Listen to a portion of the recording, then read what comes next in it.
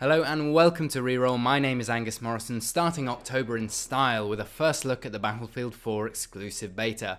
Battlefield is developed by DICE and published by EA, and for anyone keen to take a look, it'll be hitting open beta on the 4th of October. It's completely free, so if you have the rig to play it, there's no excuse not to give it a try. Of course, this is not a review. The final release of Battlefield 4 is October 29th, so all my thoughts may be subject to change as the game develops. But I have to say that for a colossal online game, the day one beta was remarkably smooth. People are seeing frame rate drops, which will be noticeable in the footage, but things improved greatly over the course of the day. If you are hoping to play, it's important to update your graphics drivers. I had good results with the Nvidia beta drivers, other people are reporting the full release drivers performing better, but either way, if you're lagging unbearably, drivers are the place to start. People have been referring to Battlefield 4 as a glorified expansion, lacking the substance to be called a true sequel, particularly with regard to the graphics, but I am happy to say that that's simply not true, because while the models must be superficially close in polygon count, Battlefield 4 does some exciting things that its predecessor can't match. The texture work, lighting, and sheer density of objects on display is astounding. If you get a moment to play, pick a large object like a tank and really study the texture. On top of high-res painted metal, there are the usual scratches interacting with the light, but on top of those again is a translucent layer of dust and grime only hinted at by the way sunlight plays off the surface.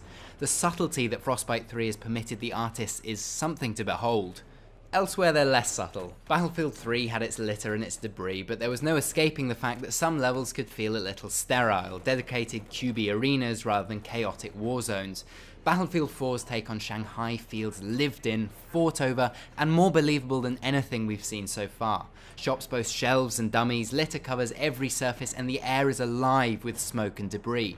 And while shelves and dummies might sound thoroughly mundane, it's the inclusion of seemingly inconsequential details that completes a virtual world. And you can have more impact on that world than ever before. There's no levelling every building a la Bad Company 2, but given the scale and complexity of the setting, I'll admit that makes sense, and the destruction blows Battlefield 3 out of the water. There are the small details like statues, shop signs and furniture that disintegrate under fire, larger details like walls and barricades that evaporate under artillery, and then there is the skyscraper. By now it's unlikely that you haven't seen footage of the monolith crashing into the bay and turning a rooftop battle into a fight among wreckage, but to experience it is something quite different. I was concerned that the event would feel too scripted, too much like a set piece which would get tired or have little impact on the game itself, but it's really fun. The game plays out differently each time, and the impact the skyscraper can have on your game brings dynamism to the usual back and forth. There's nothing quite like seeing opposing teams simultaneously stop dead, about face, and hurl themselves out the window as the ground shifts under them. It's not the learned response to a scripted event, but an impulsive reaction to the sudden realization that you're in a lot of trouble. The skyscraper is a strategically significant point in itself, so you're not concerned with deliberately bringing it down. You become so absorbed in the fighting that you forget it could bite the dust at any moment. It's not something that has to happen, it's just something that might happen, and that might brings welcome variation.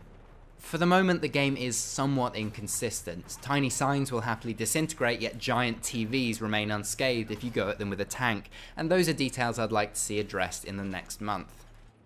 Elsewhere, it's my firm belief that DICE's audio guys are witches. It's the only explanation. Battlefield 3 won multiple awards for its audio, but somehow they've raised the bar again. Everything from the motion of a rifle bolt inside its casing to the hiss of falling dirt after a grenade is captured with perfect clarity. It's not quite the bass-heavy style I've heard in gameplay videos of Paracel Storm, so I do wonder whether we're playing an earlier build, but there's no denying it's a technical marvel. The only point I'd criticise is the fairly flat sound that comes with being shot. Rather than a harsh warning, the sound is similar to throwing at a dartboard, an almost weightless sound I associate more with fast-paced COD than heavy-lifting Battlefield matches. Weightlessness was one of my main concerns for Battlefield 4, and indeed the gun physics is quite different from BF3's. I found the AK-12 assault rifle to be almost without recoil, which removed much of the challenge that came with mastering Battlefield 3's arsenal. However, on experiencing the various classes, I suspect this has been done to delineate the weapon families more clearly. There are more guns split across more groups this time around, and in order to keep each feeling unique, the developers have utilised a much broader range of handling parameters. The assault rifles may behave well, but the PDWs retain that hefty BF3 kick. In the beta, there are only 2 primaries for each class, so I'll give my theory a proper test when the final copies go out. If there's one thing I'm most excited about, it has to be the tweaks to each class. All in all, it feels like DICE have listened to the community and made changes which cause each class to feel unique and, most importantly, a crucial part of the team. To use just one example, Recon, which was never a favourite in BF3, now has access to C4 and the motion mines of Bad Company 2, giving them the potential to play much more aggressively. For the long-distance sniper, the portable laser designator will paint vehicles more conveniently than the SOFLAM, while illuminating players and ensuring that even the campers can remain a vital part of the battle. Each class has received similarly considered treatment, and already Battlefield 4 looks to achieve better balance than the 3rd installment. Really, I have but one concern for Battlefield 4, but it is a big concern, and that's the Battle Packs. Battle Packs are collections of randomized loot, from weapon attachments through to camo, awarded every few ranks and as you level up your guns. That in itself is nothing objectionable, and it certainly adds to the oh-so-linear tradition of unlocking each weapon and then unlocking each attachment for it. However, as far as I can tell, many attachments can only be unlocked through randomized battle packs, leaving you entirely at the mercy of chance to complete your loadout. And it would not surprise me in the slightest, especially seeing as battle packs are included as pre-order bonuses, that EA see this as an opportunity for microtransactions.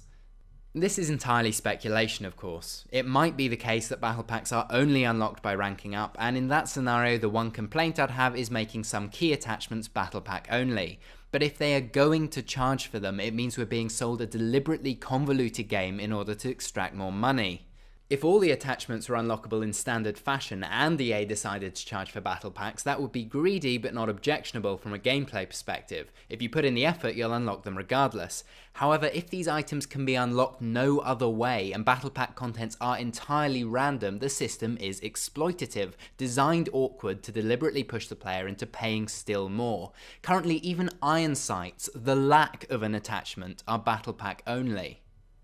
Battlefield 4 looks to be a technological wonder, and one that's backed up by extensive consideration of Battlefield 3's every flaw. The world is beautiful and busy, whether it be flying rubble or the noise of gunfire rattling off buildings. Warfare has a flow to it that I haven't seen before, and there's strong incentive to work as a team. Aside from small concerns over gun physics and inconsistencies in destructible terrain, I am confident that Battlefield 4 deserves each bit of its hype. But knowing EA, I see microtransactions coming like a freight train, and should they appear without serious revisions to the unlock system, it'll be nothing but an exploitative cash grab which mars the face of an otherwise stellar experience. I would very much like to be wrong.